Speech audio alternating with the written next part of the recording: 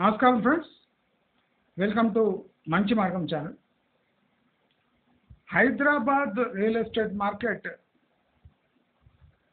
In present situation చాలా దారుణమైన పరిస్థితులు ఎదుర్కొంటుంది.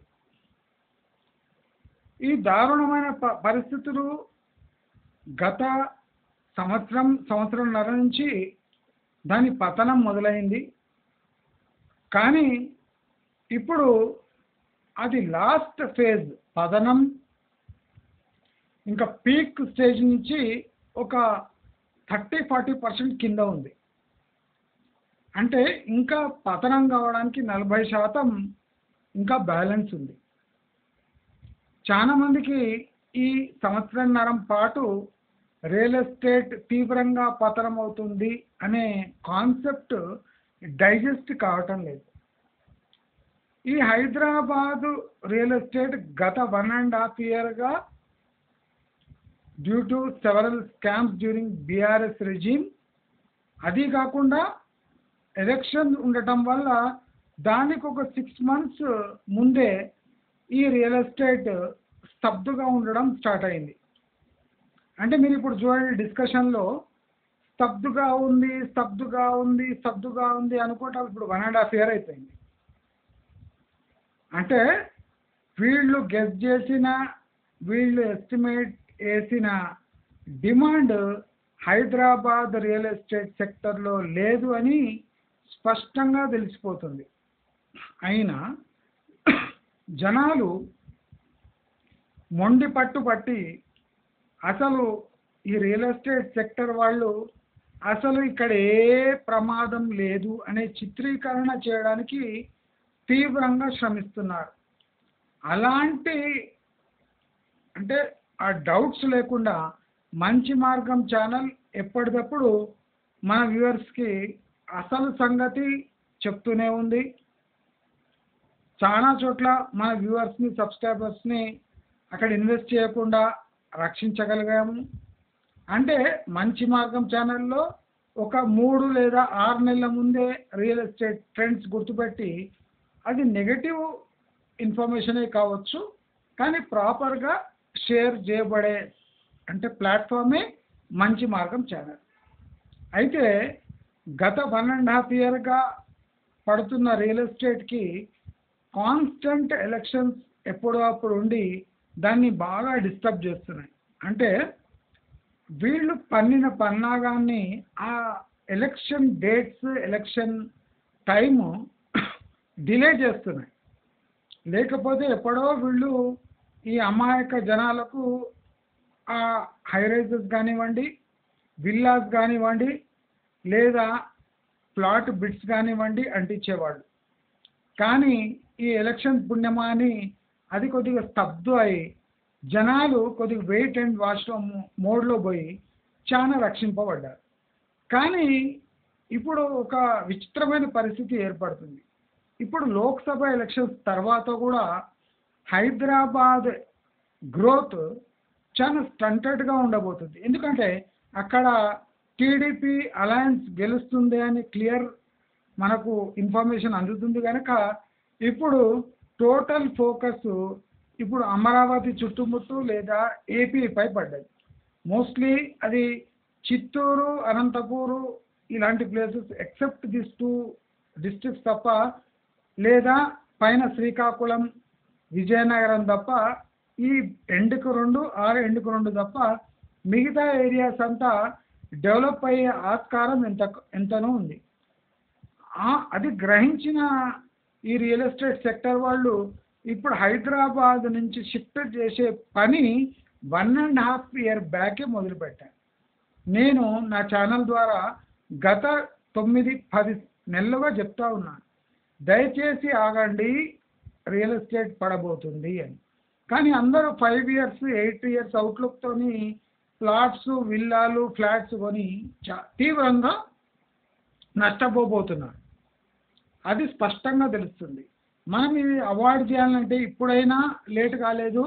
నేను చెప్పినట్టు మీకు 3 years waiting period Hyderabad real ఎస్టేట్లో ఉంది. ఇప్పుడు మనం major sectors which are getting affected by real estate crisis అని మనము ఫస్ట్ ర్యాంకింగ్ పోతే మనకు ఈ హై రైజెస్ కనిపిస్తున్నాయి. మీరు నమ్ముతారో లేదో, హై రైజెస్లో 5% సేల్స్ కూడా లేవు. 10-20 అంటున్నారు కానీ 5% సేల్స్ లేవు. అబద్ధపు ప్రచారము, విపరీతమైన యాడ్స్, అంటే ఇలాంటి అబద్ధపు ప్రచారం చేసినా అక్కడ 5-10% లోపే ఆక్యుపెన్సీ ఉంది లేదా బుకింగ్ జరుగుతుంది, కానీ దానికి మించి జరుగుతలేదు అని సమాచారం అందుతుంది. ఇప్పుడు మనకి ఇనీషియల్గా మై హోమ్ భూజా అని అందరికీ అది అంటే బాగా డిమాండ్ ఉన్నట్టు ప్రొజెక్ట్ చేసి మిగతావి కూడా ఈజీగా అమ్ముడు పోతాయనే ప్రొజెక్షన్తో విపరీతమైన ఈ హై రైజెస్ కట్టడం స్టార్ట్ చేసింది. కానీ నేను చెప్తున్నా ఇప్పుడు 5-10% లోపే దీని బుకింగ్ కానివ్వండి, ఆక్యుపెన్సీ కానివ్వండి. అంటే ఈ high rises nearly 3 to 3.5 lakh flats ఖాళీగా పడున్నాయి.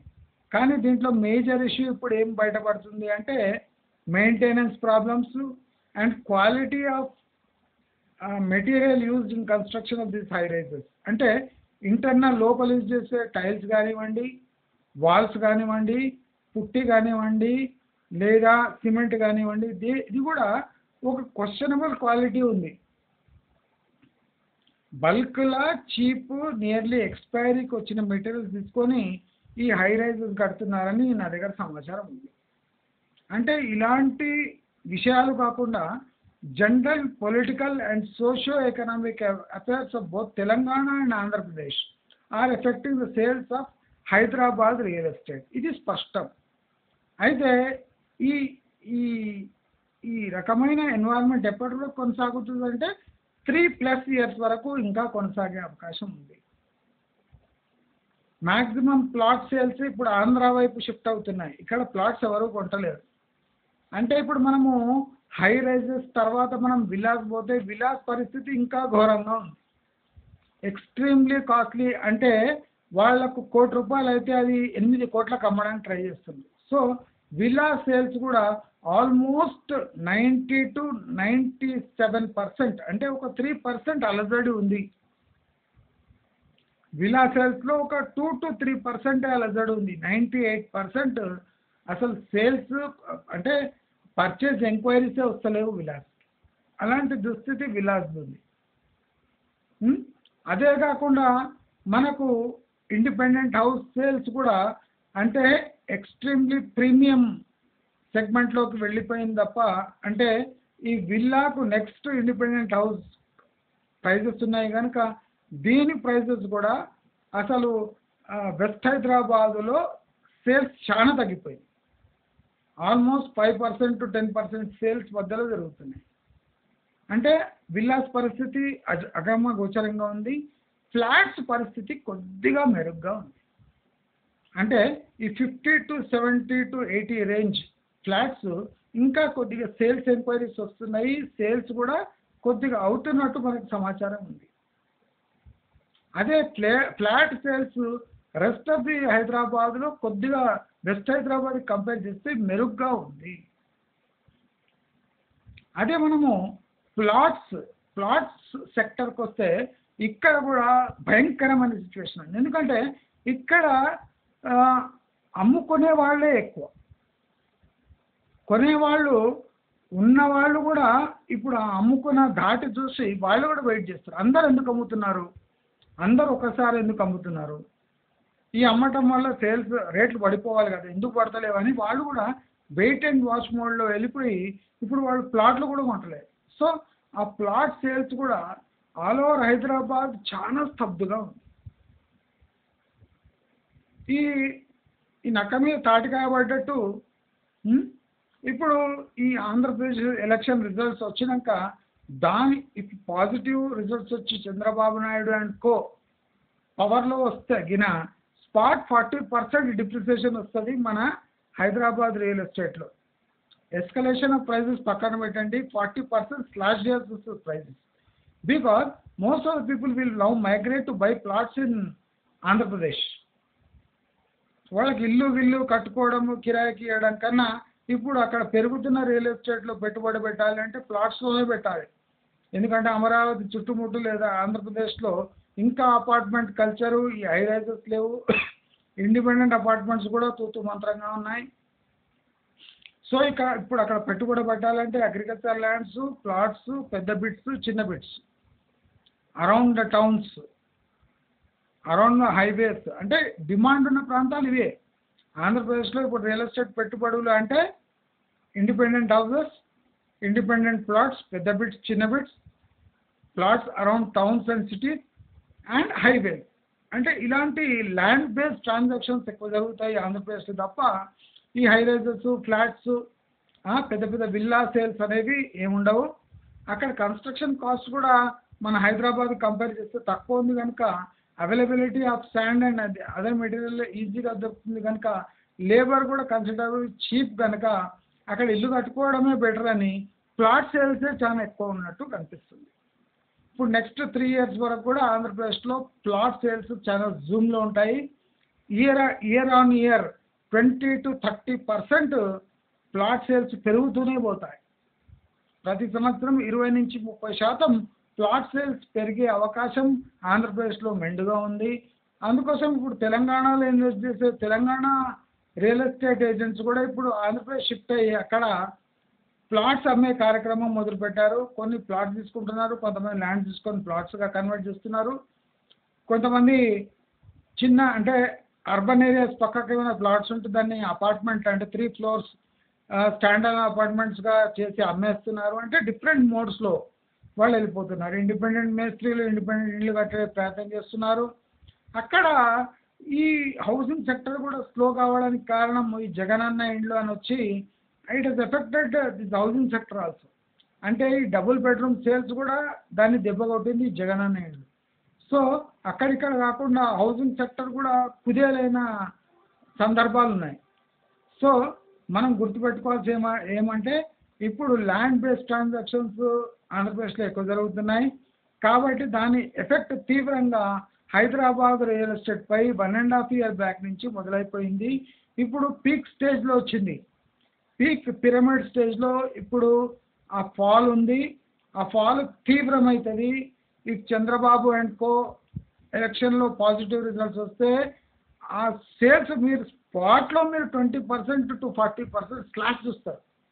వెస్ట్ హైదరాబాద్లో ఫస్ట్ స్లాష్, నెక్స్ట్ స్లోలీ హైదరాబాద్లో సౌత్ నుంచి నార్త్ ఈస్ట్ వరకు స్లోగా ఈ వైరస్ పాకి స్లోగా హైదరాబాద్ రియల్ ఎస్టేట్ అనేది irrespective of RRR and ORR స్లోగా రేట్స్ పడిపోతూ ఉంటాయి. ఎక్సెప్ట్ ఆర్ఆర్ఆర్ పై రోడ్డు పడే వరకు భూముల ధరలు స్టేబుల్గా ఉంటాయి. కానీ వన్స్ అక్కడ ఆర్ఆర్ఆర్లో రోడ్ కంప్లీట్ అయినాక అది మళ్ళీ సిటీ వైపు ఆ ఇన్ఫ్లో వస్తుంది. కానీ ఓవరాల్ ఇప్పుడు టోటల్ సేల్స్ మాత్రము 90 to 95% పడిపోయాయి. అంటే 100 అయ్యే చోట్ల 5, 6, 4 ఇలా సేల్స్ అవుతుంది. అంటే ఇది ప్యానిక్ సిచ్యువేషన్ యొక్క ఫస్ట్ ఫేజ్. ఇది ప్యానిక్ సిచ్యువేషన్లో థర్డ్ ఫేజ్లో విపరీతమైన కాస్ట్ కాకుండా లాస్లో సేల్స్ అయ్యి లేఅవుట్స్ ఖాళీగా అంటే ఖాళీ అయ్యి అంటే సేల్స్ అవుట్ అయిపోయే పరిస్థితులు ఉన్నాయి. అది ఎక్కడ 40% డిస్కౌంట్ 50% డిస్కౌంట్లో ప్లాట్లు అమ్మి పారేస్తుంటారు. అది గబా ఎవరన్నా కొనదలిచిన వాళ్ళు కొనేస్తూ ఉంటారు. అంటే అలాంటి ఫేజ్ ఒక 1 year మనకు 6 months to 1 year తర్వాత హైదరాబాద్లో కనిపించవచ్చు. Bulk booking, bulk sales, on spot sales to అంటే realtor to realtor sales, layout owner to layout owner sales, bulk sales of total layouts, half layouts, row మొత్తం అమ్మటం, ఇలాంటి sales start అవుతాయి హైదరాబాద్లో. Panic సెల్లింగ్లో ఇది రెండో ఫేజ్. మూడో ఫేజ్కి వచ్చేసరికి ఈ యాక్టివిటీ కూడా క్లోజ్ అయ్యి ఈ రియల్ ఎస్టేట్ సెక్టర్లో రియల్ ప్రైజెస్ అనేవి తేలుతాయి. అంటే గత 9 yearsగా ఏం ప్రైజెస్ పెరిగినాయో నియర్లీ ఆ స్టేజ్కి వచ్చి రియల్ ఎస్టేట్ వచ్చి ఆగే అంటే ఛాన్సెస్ చాలా ఉన్నాయి. చాలా మంది పడదు అంటారు. పడదు అనేటోడు సన్నాసి కింద లెక్క. తప్పకుండా పడతాయి. సేల్స్ 8 ఇయర్ లో 7 ఇయర్ లోకి పోయే ఛాన్సెస్ ఉన్నాయి. అంటే కేసీఆర్ పవర్లో వచ్చినాక 2 ఇయర్స్ వరకు ఏం ప్రైస్ ఉండేనో కేసీఆర్ వచ్చిన తర్వాత ఆ ప్రైజెస్కి వచ్చి ఆగే సూచనలు ఉన్నాయి. అంటే పూర్తి 100కి 100% పడవు, కానీ 60 to 80% వచ్చి ఆగే సూచనలు ఉన్నాయి. అందరూ డబ్బు క్యాష్లో ఉండండి. ఆపర్చునిటీస్ కోకొల్లగా వస్తున్నాయి, కానీ మనకు ఈ ఆపర్చునిటీస్ 1.5 to 3 ఇయర్స్ తర్వాతే వచ్చే అవకాశాలు చాలా ఉన్నాయి. ఇప్పుడు అవకాశాలు ఉన్నాయి అంటే ఆంధ్రప్రదేశ్లో మాత్రమే, అవకాశాలు ఆంధ్రప్రదేశ్ మాత్రమే ఉన్నాయి. మీకు చేతనైతే బల్క్లో గుంటూరు జిల్లాలో కానివ్వండి, వైజాగ్ని అవాయిడ్ చేయండి, నెల్లూరులో కానివ్వండి, తిరుపతి లాంటి నగరాల్లో మీరు మీ ఇన్వెస్ట్మెంట్ చూసుకోండి, చేసుకోండి. తప్పక లాభాలు వచ్చి తీరుతాయి. మీరు అగ్రికల్చర్ బిట్స్ తీసుకొని దాన్ని లేఅవుట్స్గా కన్వర్ట్ చేయగలిగితే ఇప్పుడు దానికన్నా మంచి ఇన్వెస్ట్మెంట్స్ ఆంధ్రప్రదేశ్లో ఏముండవు. ఈ ఆంధ్రప్రదేశ్లో మనకు అపార్ట్మెంట్ సేల్స్, హై రైజ్లు లేదా పెద్ద విల్లా సేల్స్ రావాలంటే మనకు అట్లీస్ట్ ఒక 6 years to 8 years waiting time ఆంధ్రప్రదేశ్లో ఉంది. కానీ ప్లాట్స్ కొనడానికి this is the best time to invest, make money in real estate, that to in Andhra Pradesh. Andhra Pradesh ఇప్పుడు రైజింగ్ సన్గా మనకు రియల్ ఎస్టేట్ సెక్టర్కి దిక్సూచిగా మారుతుంది. అదే టైంలో హైదరాబాద్లో విపరీతమైన ప్రైస్ క్లాషెస్ జరుగుతాయి. అందరూ రెడీ ఉండాలి, ఎవరు తీసుకోకండి. 3 ఇయర్స్ వరకు మీ క్యాపిటల్ని దాచిపెట్టుకొని కరెక్ట్ టైంలో కరెక్ట్గా ఇన్వెస్ట్ చేసి ఫాస్ట్గా రిజల్ట్ పొందే టైం కూడా హైదరాబాద్లో వస్తుంది, త్వరగా రాబోతుంది. ఆ వచ్చిన టైంలో మీకు మంచి మార్గం ద్వారా తప్పక ఇన్ఫార్మ్ చేస్తాను అని కోరుతూ మీరందరూ అలర్ట్ అయ్యే టైం వచ్చేసింది. హైదరాబాద్ విషయంలో జాగ్రత్తగా ఉండండి అని సూచిస్తూ మీకు వీడియో నచ్చినట్లయితే లైక్, షేర్, సబ్స్క్రైబ్ చేసుకోండి. నమస్కారం.